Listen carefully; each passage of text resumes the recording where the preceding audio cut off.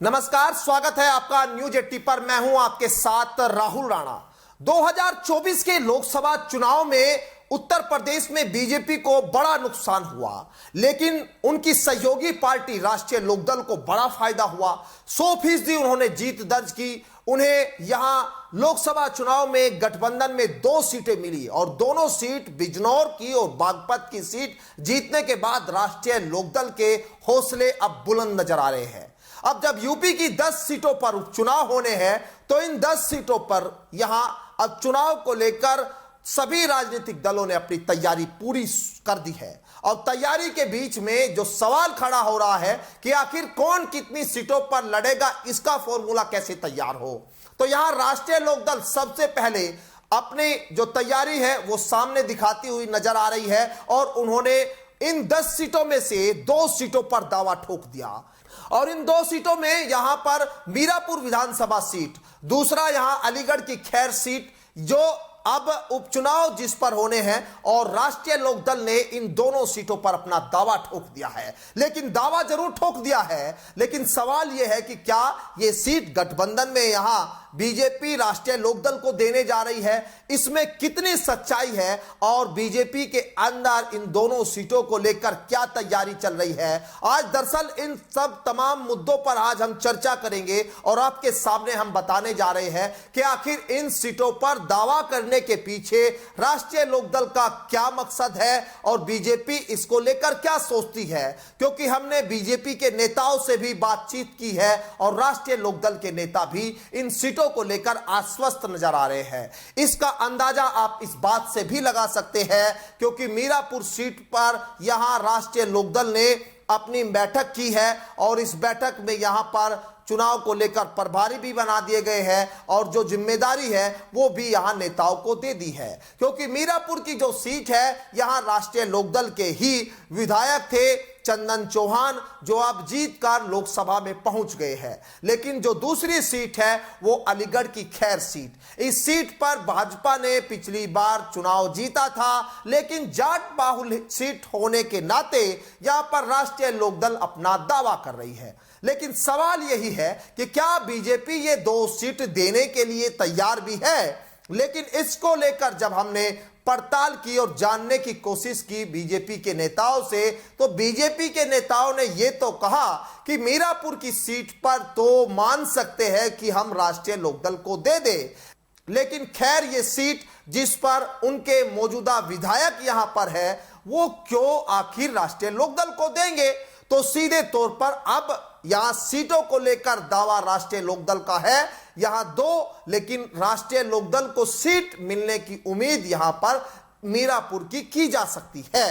क्योंकि यहां बीजेपी अब राष्ट्रीय लोकदल को 1 सीट देने के मूड में दिखाई दे रहे हैं। हालांकि अब क्या कोई प्रेशर राष्ट्रीय लोकदल बीजेपी पर बनाने की स्थिति में है, यह भी समझना होगा। हालांकि यहां यह भी साफ तस्वीर समझ में आएगी क्योंकि जब लोकसभा चुनाव से पहले राष्ट्रीय लोकदल और बीजेपी का गठबंधन हुआ था तो उस दौरान यहां पर राष्ट्रीय लोकदल को यूपी में कैबिनेट मंत्रालय मिला और केंद्र में राज्य मंत्री यहां पर बनाए गए जयंत चौधरी स्वतंत्र प्रभार, और यहां पर उनको लोकसभा में 2 सीटें मिली, एमएलसी की सीट यूपी में उनको मिली। और यहां अब जब उपचुनाव की बात आ रही है तो यहां राष्ट्रीय लोकदल अब अपनी पार्टी के विस्तार को लेकर कई सारे प्लान पर काम कर रही है। एक तरफ तो वो पश्चिम उत्तर प्रदेश से लेकर बुंदेलखंड में अपने संगठन को मजबूत करना चाहती है, एक तरफ यहां पश्चिम उत्तर प्रदेश में भी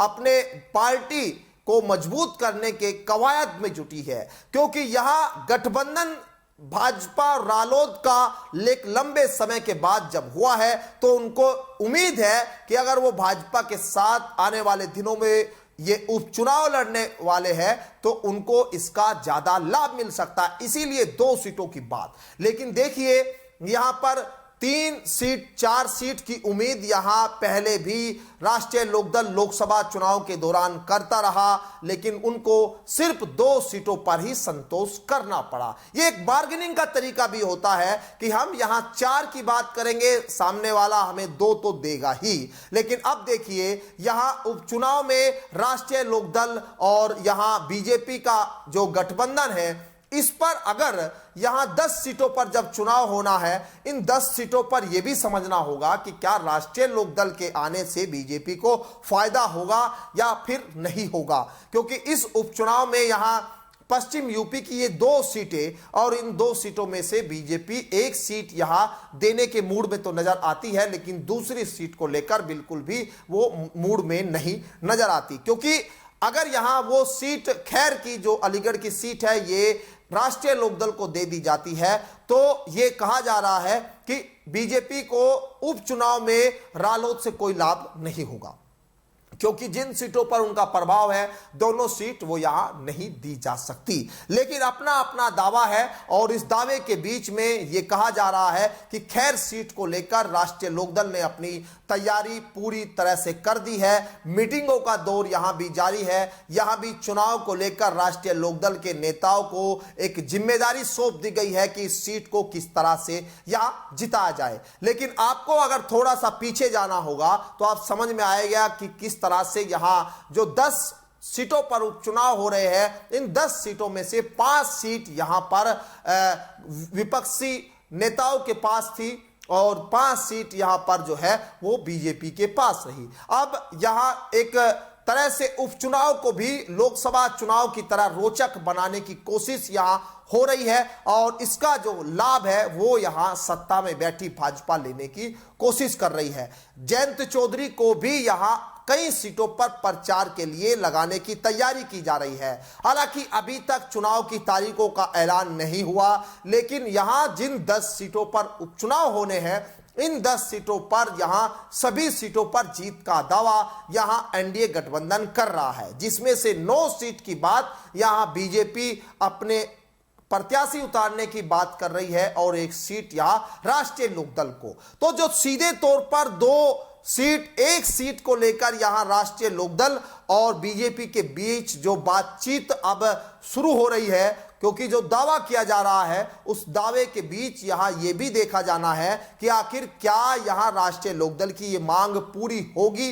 अगर नहीं ये मांग पूरी होती तो क्या वो वोट जो है वो कन्वर्ट बीजेपी के साथ हो पाएगा या फिर, क्योंकि इन सीटों पर जो विपक्ष के नेता है, क्योंकि अखिलेश यादव को भी पश्चिम यूपी में काफी फायदा जो है इस बार लोकसभा चुनाव में देखा गया, इसीलिए समाजवादी पार्टी भी यहां पर काफी अपनी तैयारियों में लगी हुई है और वो भी यहां अब ये मानकर चल रही है कि जयंत चौधरी से जो उनकी पार्टी के नेता नाराज हुए, उनका जो है वो समाजवादी पार्टी को समर्थन मिलेगा और वो जीत जाएंगे। लेकिन सीधे तौर पर अभी तालमेल किस तरह से जयंत चौधरी बना पाएंगे, बीजेपी पर क्या कोई दबाव वो बना पाएंगे, तो वो स्थिति अभी नहीं दिखाई दे रही है, क्योंकि यहां बीजेपी ने गठबंधन में पहले ही वो सब तमाम शर्तें पूरी कर दी है जो शर्तें रखी गई थी। लेकिन अब उपचुनाव और उपचुनाव में इन 10 सीटों को लेकर घमासान सियासत जो है वो जोरों पर है। अब ऐसे में देखना दिलचस्प होगा कि जयंत चौधरी क्या अपनी शर्त को बीजेपी के सामने मनवा पाएंगे या फिर वो सिर्फ 1 सीट पर ही इस बार उपचुनाव लड़ने जा रहे हैं और जो 9 सीट की जीतने का दावा यहां बीजेपी अपने दम पर कर रही है, क्या वो जीत मिलेगी और विपक्ष किस तरह से यहां इस राष्ट्रीय लोकदल और भाजपा के गठबंधन की काट निकाल पाएगा, ये देखना बड़ा दिलचस्प होगा। फिलहाल मेरे साथ इस खास पेशकश में इतना ही। मुझे दीजिए इजाजत। नमस्कार।